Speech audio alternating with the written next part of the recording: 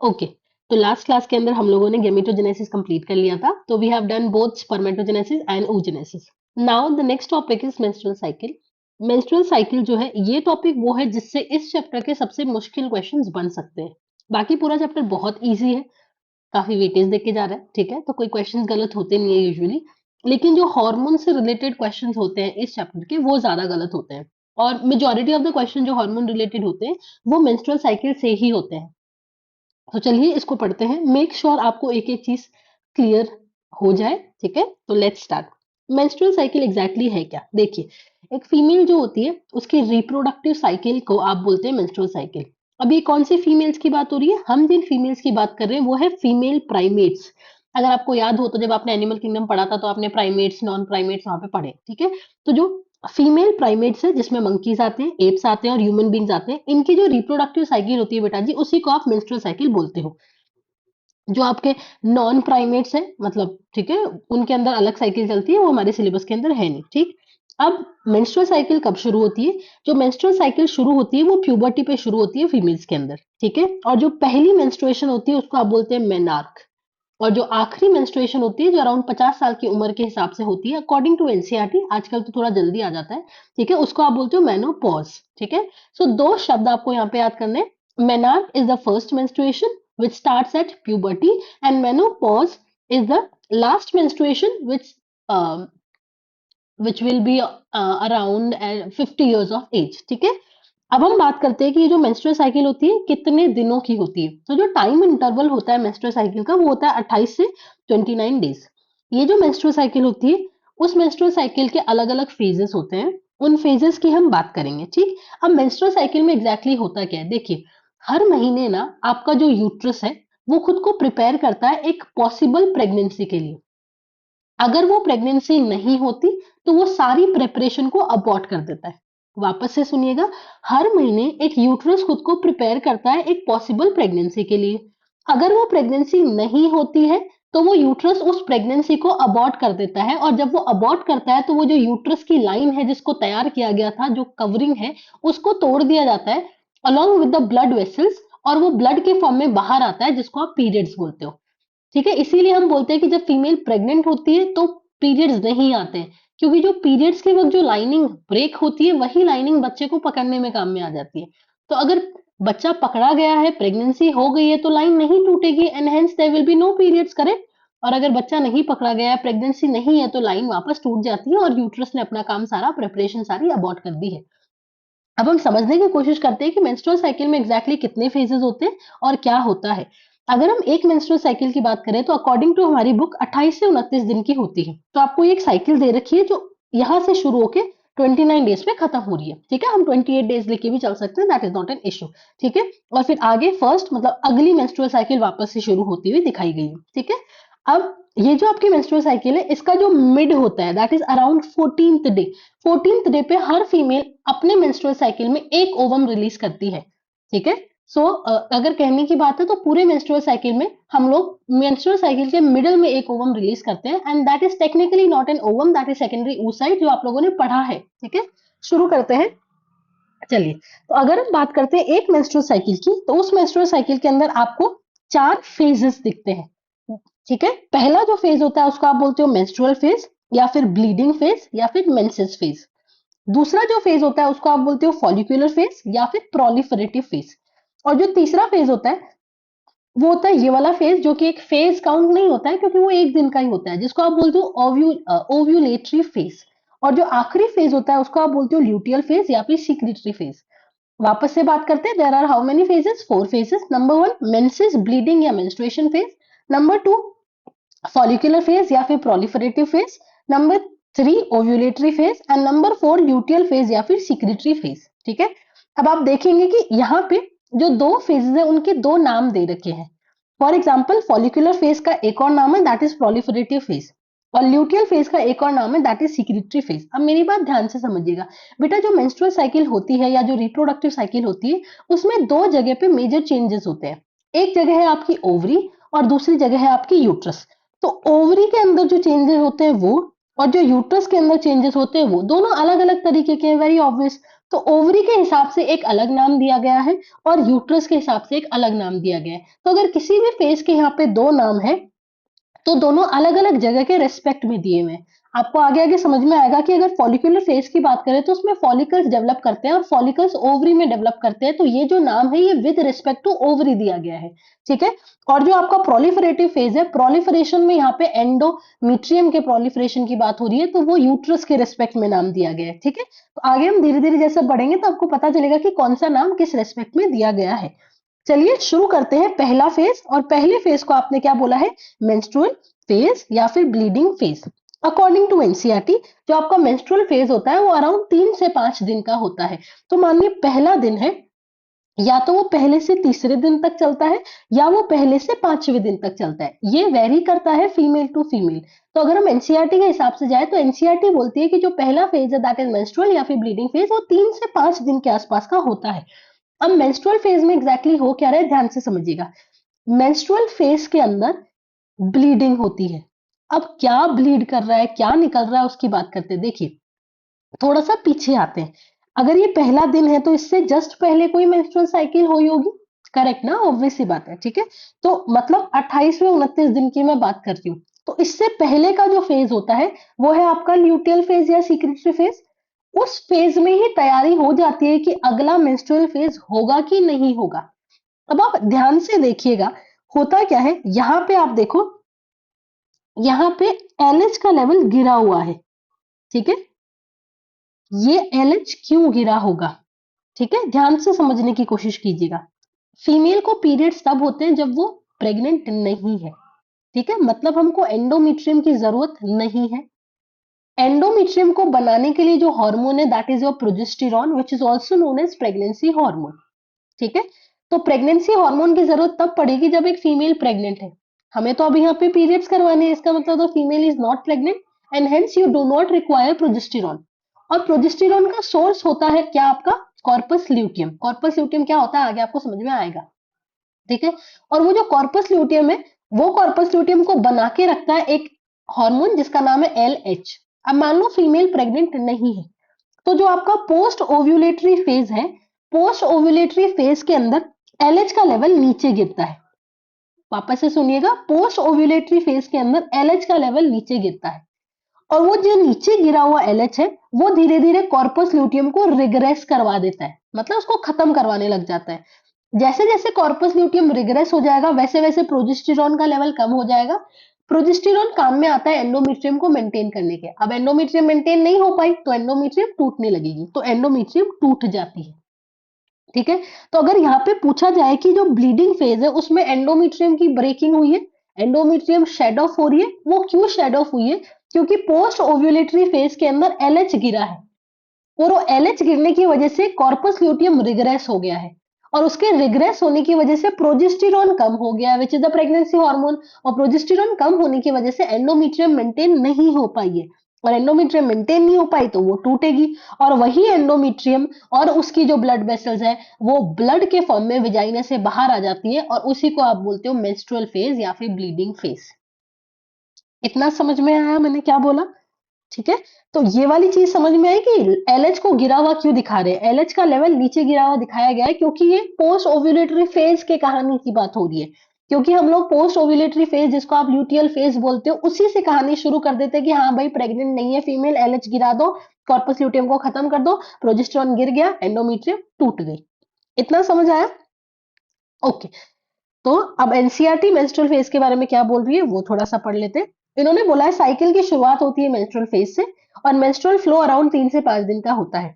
Menstrual flow के अंदर exactly होता क्या है, there will be breakdown of endometrium and blood vessel जो कि लिक्विड बना के वेजाइना से बाहर आ जाती है, ठीक है। मेंस्ट्रुएशन तभी होगा जब ओवम फर्टिलाइज नहीं हुआ है, हमने भी यही बात बोली कि अगर प्रेग्नेंट नहीं है तो मेंस्ट्रुएशन हो जाएगा।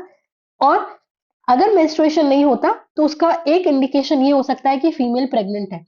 पर हर बार ये नहीं होता कि अगर मेंस्ट्रुएशन नहीं हुआ है इसका मतलब फीमेल प्रेग्नेंट है।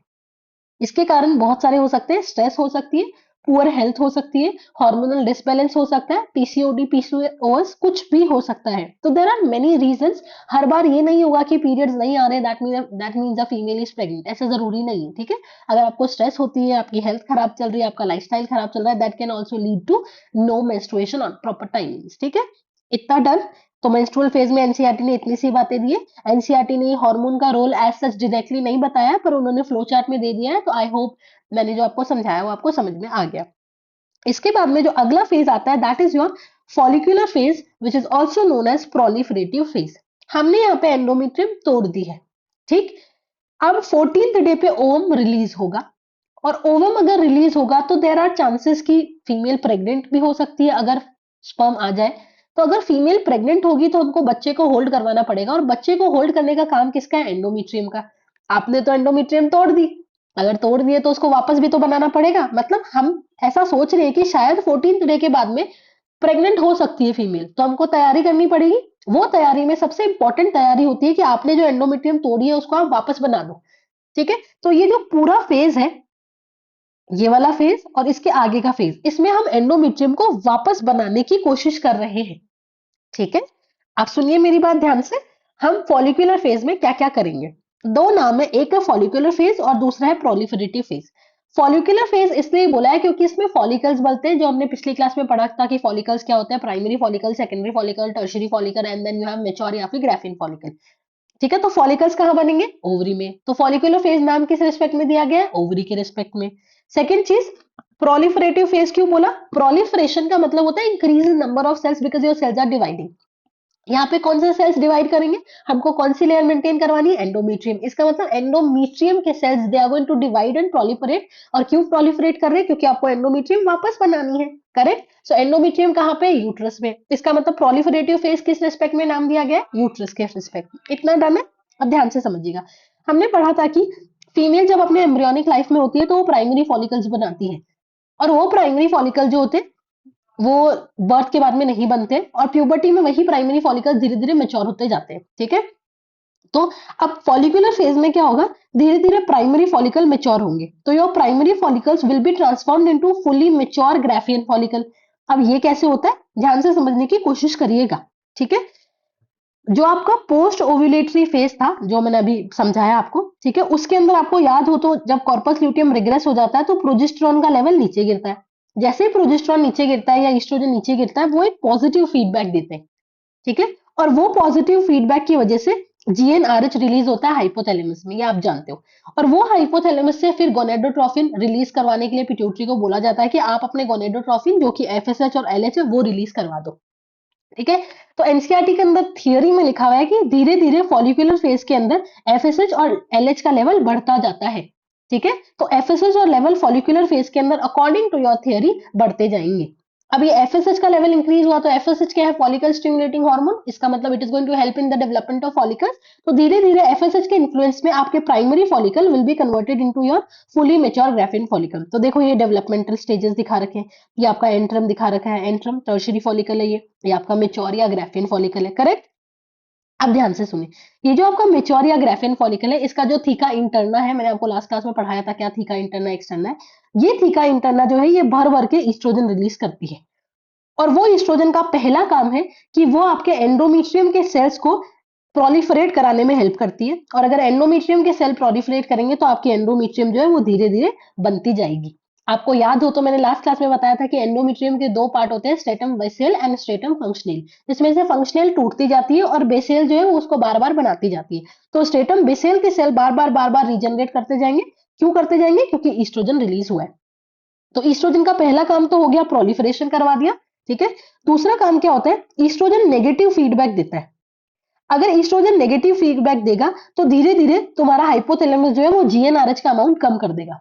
अगर जीएनआरएच कम हुआ तो gonadotrophin that is your FSH वो भी कम होगा। हमको एफएसएच कम क्यों करवाना है? हम चाहते हैं कि 14th डे पे एक ही ओवम रिलीज हो।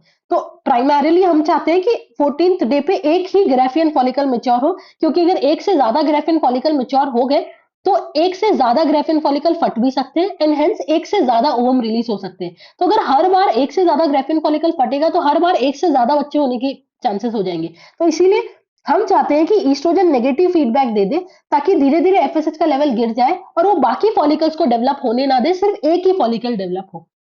इतना समझ में आया? ये जो भी मैंने हार्मोनल रोल बताए एज सच इतना डिटेल्ड एनसीईआरटी में नहीं है, पर आप समझिएगा, अदरवाइज ये फ्लो चार्ट बिल्कुल समझ में नहीं आता है। ठीक है, तो प्राइमरी फॉलिकल जो है वो मेच्योर ग्राफियन फॉलिकल में डेवलप हो गए क्योंकि तुम्हारा जो एफएसएच है वो रिलीज हुआ। फिर मेच्योर फॉलिकल ने ईस्ट्रोजन रिलीज करा जिसके दो काम है, पहला रीजनरेशन करवा दिया एंडोमेट्रियम का, और दूसरा नेगेटिव फीडबैक देके एफएसएच का लेवल गिरवा दिया ताकि आपके बाकी फॉलिकल डेवलप ना करे और एक ही फॉलिकल डेवलप करे। इतना क्लियर हुआ? डन। सो इसका मतलब we are done with the follicular phase या फिर प्रोलिफरेटिव फेज ऑल्सो। ये वो फेज है बेटा जी जो सबसे ज्यादा वेरिएबल है, मतलब इसका जो ड्यूरेशन है वो वेरी करता है फीमेल टू फीमेल। ठीक, इसके बाद में जो अगला आता है that is your ovulatory phase, जो कि टेक्निकली एक ही दिन का है, इसलिए उसके लिए फेज वर्ड यूज करना थोड़ा सा टेक्निकली गलत भी हो जाता है। ठीक है, अब क्या होता है, अब आपको पता है कि प्री ओव्यूलेटरी फेज मतलब ओव्यूलेशन से पहले वाला जो फेज है that is your follicular phase. इसमें ईस्ट्रोजन जो है उसका लेवल ऊपर गया था, करेक्ट? ईस्ट्रोजन ने देखो अपनी पीक पकड़ी हुई है, ये रहा। ये जो ईस्ट्रोजन है ये पॉजिटिव फीडबैक देता है और इसकी वजह से एलएच का लेवल ऊपर आता है। तो एलएच अपनी हाईएस्ट पीक पकड़ता है और उसको आप बोलते हो एलएच सर्ज। और एलएच सर्ज की वजह से जो ग्राफिन फॉलिकल है वो फट जाता है और फटा हुआ ग्राफिन फॉलिकल में से रिलीज होता है आपका secondary oocyte which is arrested at metaphase 2। और ये जो ओवम जिसको आप सेकेंडरी oocyte बोल रहे हो ये रिलीज हो जाता है और वही रिलीजिंग वाले फेज को आप ओव्यूलेटरी फेज या फिर ओव्यूलेशन बोलते हो। तो क्वेश्चन आता है ओव्यूलेशन किसकी वजह से हुआ? ओव्यूलेशन हुआ ईस्ट्रोजन की वजह से। ईस्ट्रोजन ने जब पॉजिटिव फीडबैक दिया तो एलएच रिलीज हुआ और वो एलएच की वजह से आपका ग्राफिन फॉलिकल फट गया और हेंस उसकी वजह से आपका ovum that is your secondary oocyte arrested at metaphase 2 release हो गया है।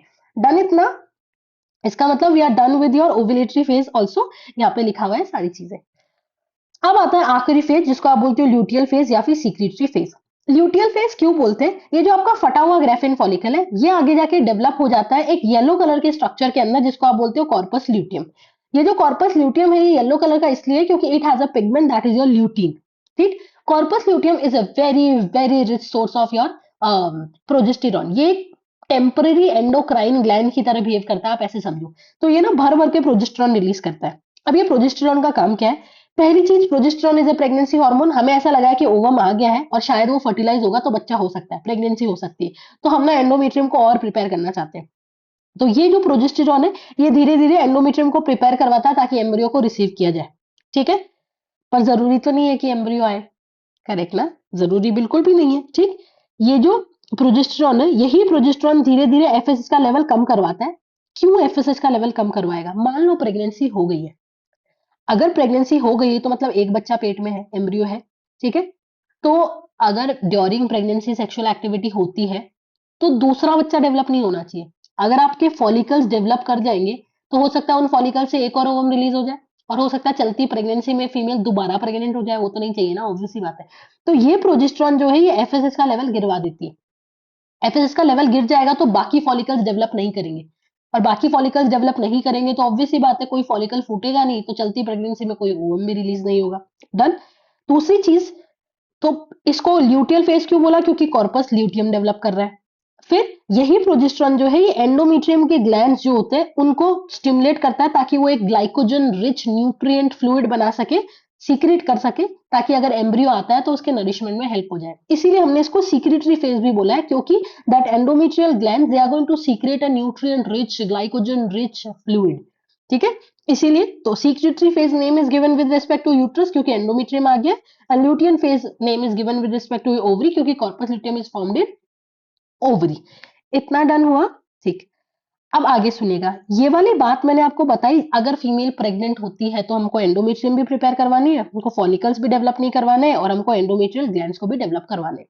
मान लो फर्टिलाइजेशन नहीं हुआ, फीमेल प्रेग्नेंट नहीं हो रही, तो क्या होगा? तो धीरे धीरे यही बढ़ता हुआ प्रोजेस्टेरॉन ये नेगेटिव फीडबैक देता है।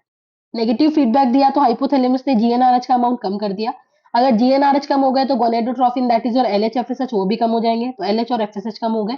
जैसे ही एफएसएच और एलएच कम होते हैं, एलएच आपके कॉर्पस ल्यूटियम को बचा के रखता है। ठीक है, तो कॉर्पस ल्यूटियम रिग्रेस होने लग जाएगा। अगर वो रिग्रेस हो गया तो प्रोजेस्टेरॉन का लेवल कम हो जाएगा और जैसे ही प्रोजेस्टेरॉन कम हो जाती है वैसे ही एंडोमेट्रियम टूट जाती है और आपकी अगली साइकिल वापस शुरू हो जाएगी। क्लियर हुआ इतना? एक क्वेश्चन जो यहाँ से आता है वो ये है कि कॉर्पस ल्यूटियम क्या वो 9 महीने के लिए रहता है अगर फीमेल प्रेग्नेंट है? तो यस, अगर फीमेल प्रेग्नेंट होती है तो कॉर्पस ल्यूटियम को पूरे 9 महीने के लिए बचा के रखा जाता है। और ये कौन करता है? ये करता है एक hormone, that is your HCG, जो कि प्लेसेंटा से रिलीज होता है, जो मैं आपको अगली क्लास में समझाऊंगी। ठीक, इतना क्लियर हुआ? चलिए, तो ये मैंने आपको फ्लो चार्ट की कहानी बता दी है। अब हम एनसीईआरटी में पढ़ते हैं कि क्या क्या एक्स्ट्रा दिया हुआ है। ठीक, हमने एनसीईआरटी से मेंस्ट्रुअल फेज कंप्लीट कर दिया था। उसके बाद में बोल रहा है कि जो मेंस्ट्रुअल फेज है उसके बाद में आता है आपका फॉलिकुलर फेज। फॉलिकुलर फेज के अंदर आपके प्राइमरी फॉलिकल जो है ओवरी के अंदर, वो धीरे धीरे मेच्योर या ग्राफिन फॉलिकल बनते हैं, ये हमने पढ़ लिया। ठीक है, और धीरे धीरे साथ साथ में एंडोमेट्रियम जो है वो भी रीजनरेट करती जाती है। कैसे? प्रोलिफरेशन करके। किसके एक्शन के अंदर? ईस्ट्रोजन के एक्शन। कहां से आया? वो फॉलिकल के थीका इंटरना से। दीज चेंजेस, ये जितने भी चेंजेस हो रहे हैं ओवरी के अंदर या यूट्रस के अंदर, ये किसकी वजह से हो रहे हैं? क्योंकि आपके पिट्यूटरी के और ओवरी के हार्मोन्स में बदलाव आता है। पिट्यूटरी के हार्मोन कौन से? LH और FSH। ओवरी के हार्मोन कौन से? Oestrogen and progesterone. डन। फिर इन्होंने बोला द सीक्रेशन ऑफ गोनेडोट्रोफिन, जैसे LH और FSH, ये धीरे धीरे फॉलिकुलर फेज में इंक्रीज हो जाता है। ध्यान से रखिएगा, इन्होंने बोला कि धीरे धीरे ग्रेजुअली LH और FSH इंक्रीज होते हैं, पर यहाँ पे एक बार FSH को धीरे धीरे डिक्रीज होते हुए भी दिखाया, तो डिक्रीज होकर इंक्रीज हो रहा है। तो ये जो डिक्रीमेंट है ये क्यों हुआ आपको पता है? क्योंकि हमको बाकी फॉलिकल्स को डेवलप नहीं करवाना था, इसलिए हमने FSH का लेवल कम करवा दिया। ठीक, फिर इसके बाद में इन्होंने बोल रहा है कि ये आपका LH और FSH है वो धीरे धीरे फॉलिकल्स का डेवलपमेंट करवाता है, और वो फॉलिकल्स आपके ईस्ट्रोजन भी रिलीज करते हैं। ठीक, LH और FSH दोनों अपनी 14th डे पे अपनी पीक पकड़ लेते हैं, और 14th डे पे LH के सर्च की वजह से तुम्हारा जो ग्राफिन फॉलिकल है वो फट जाएगा, और उसकी वजह से ओवम रिलीज हो जाएगा। इसको आप ओवुलेशन बोलते हो। ओवुलेशन के बाद में, ओवुलेटरी फेज के बाद में आता है ल्यूटियल फेज। वो ल्यूटियल फेज में जो बचा हुआ पार्ट है तुम्हारे ग्राफिन फॉलिकल का, वो कॉर्पस ल्यूटियम बन जाता है। कॉर्पस ल्यूटियम एक टेम्पररी एंडोक्राइन ग्लैंड की तरह बिहेव करता है, वो प्रोजेस्टेरॉन रिलीज करता है, जो कि एंडोमेट्रियम के मेंटेनेंस के लिए जरूरी होता है। ठीक, और वो एंडोमेट्रियम हमको क्यों चाहिए? क्योंकि हम जो फर्टिलाइज्ड ओवम है उसी को इम्प्लांट करेंगे, धसा देते हैं उसके अंदर पूरा। ठीक, प्रेगनेंसी के वक्त जितने भी मेंस्ट्रुअल साइकिल के इवेंट होते हैं वो बाकी स्टॉप हो जाएंगे, मेंस्ट्रुएशन नहीं होता है। ठीक है, और अगर फर्टिलाइजेशन नहीं होगा तो कॉर्पस ल्यूटियम डीजनरेट कर जाएगा, प्रोजेस्टेरॉन का लेवल गिर जाएगा, और तुम्हारी एंडोमेट्रियम भी टूट जाएगी, और मेंस्ट्रुएशन हो जाएगा, और एक नई साइकिल शुरू हो जाएगी। फिर आखिरी में दे रखा है मेंस्ट्रुअल साइकिल अराउंड 50 साल की उम्र में सीज हो जाती है, आजकल जल्दी भी हो जाती है। ठीक है, due to lifestyle of course. ठीक है, उसको आप मेनोपॉज बोलते हो। और अगर आपको बराबर टाइम पे मेंस्ट्रुएशन आता है, एक प्रॉपर साइकिल फॉलो होती है 28 दिन की, 29 दिन की, तो इसका मतलब आपका नॉर्मल रिप्रोडक्टिव फेज है और सब कुछ सही चल रहा है। ठीक, साइड में एक मेंस्ट्रुअल हाइजीन के बारे में बात दे रखी है कि अगर आप पैड्स वगैरह यूज करते हैं या फिर कोई भी चीज टेम्पॉन्स वगैरह यूज करते हैं तो उसको लगभग 4 से 5 घंटे में बदल लीजिए। ठीक है, और जो भी नैपकिन वगैरह पैड्स वगैरह है उनको सही जगह पे डिस्पोज करें, खुले में ना छोड़ें, रैपर वगैरह प्लास्टिक वगैरह जो भी है उससे कवर करके रखें। ठीक है, और हाथ मत धोएं टाइम पे। ठीक, ये वाला ज्ञान यहाँ पे दे रखा है। ठीक, तो ये वाली बात हो गई हमारी कंप्लीट। हमने मेंस्ट्रुअल साइकिल कंप्लीट कर लिया। आई डोंट थिंक और इतने अच्छे तरीके से आपको कोई ये सारी बात पढ़ा सकता है। ठीक है, तो आई होप आपको समझ में आ जाएगा। इसके बाद में क्वेश्चंस लगा लीजिएगा so that you get clear with the hormones और उसके सारी चीजें। ठीक है, so that's it for menstrual cycle. अगले लेक्चर में हम करेंगे हमारा अगला topic, that will be your fertilisation and implantation. चलिए, थैंक